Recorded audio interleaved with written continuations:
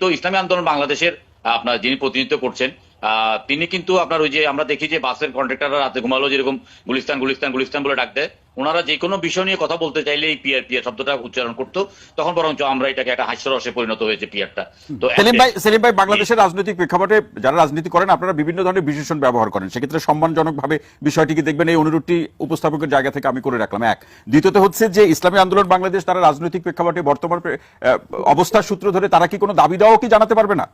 আলোচনা বা দলকে কেন্দ্র করে একটা প্রশ্ন রেখেছেন সেলিম ভাই, সেটার জবাব শুনতে চাই, এরপর আরো প্রশ্ন আছে আপনার কাছে। সেলিম ভাইকে তো আমরা গণ-অভ্যুত্থান চলাকালীন সময়ে ভালোই সম্পর্ক ছিল, কিন্তু যখন সিট ভাগাভাগি নিয়ে একটা দলের পক্ষই উনি কথা বলেন এবং এমনভাবে কথা বলেন, ওই দল জানা বলে, ওই যে রাজা না বলে শতগুণ কি প্রজা বলে তার শতগুণ, বেড়ারে মারিয়া করিতে হইবে খুন। ঐক্যমত্য কমিশনে বিএনপি যে কথা না বলে তার সে বেশি কথা বলে অন্যরা, এগুলোকে অনেকে বলে সিট পার্টি, সিট পার্টি একটা দুটি আসনের জন্য। এবং পরবর্তীতে হবে কি, এই সে 12 দল এবং 13 দল একটা দলের কিন্তু রেজিস্ট্রেশন নাই, এরা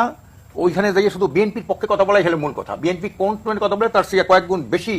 জোরে তারা কথা বলতো।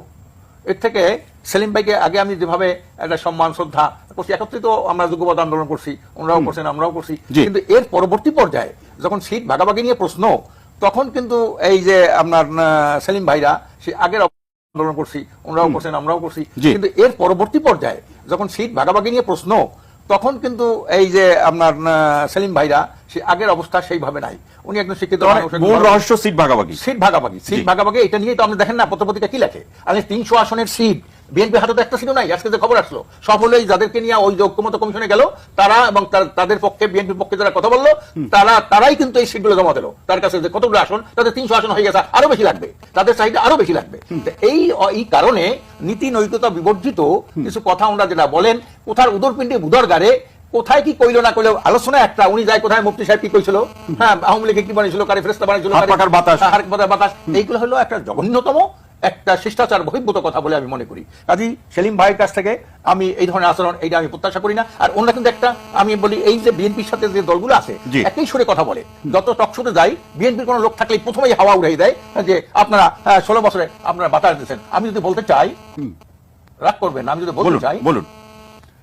14 সালে নির্বাচন বিএনপি দেন আমরাও যাই নাই, 18 সালে নির্বাচনে বিএনপি গেছে আমরাও গেছি, সেখানে আমরা 11টার মধ্যে নির্বাচন বয়কট করছি, কারণ যখন এজেন্ট সব বাধ্য দিল আমাদের 11টার মধ্যে, ওনারা কিন্তু 6 জন শপথ করে একজন মহিলা আসন নিয়ে ওনারা পার্লামেন্টে গেল, ফখরুল ভাই উনি শপথ করে নাই, কিন্তু 5 জন এবং রুমিন ভারানা পার্লামেন্টে গেল, ওনারা 18 সাল থেকে 22 সাল পর্যন্ত একটা ফ্যাসিস্ট সরকারকে তার সমর্থন করলো। এটা তো করতে পারে না, এই ফ্যাসিস্টকে আর জন্য বিএনপি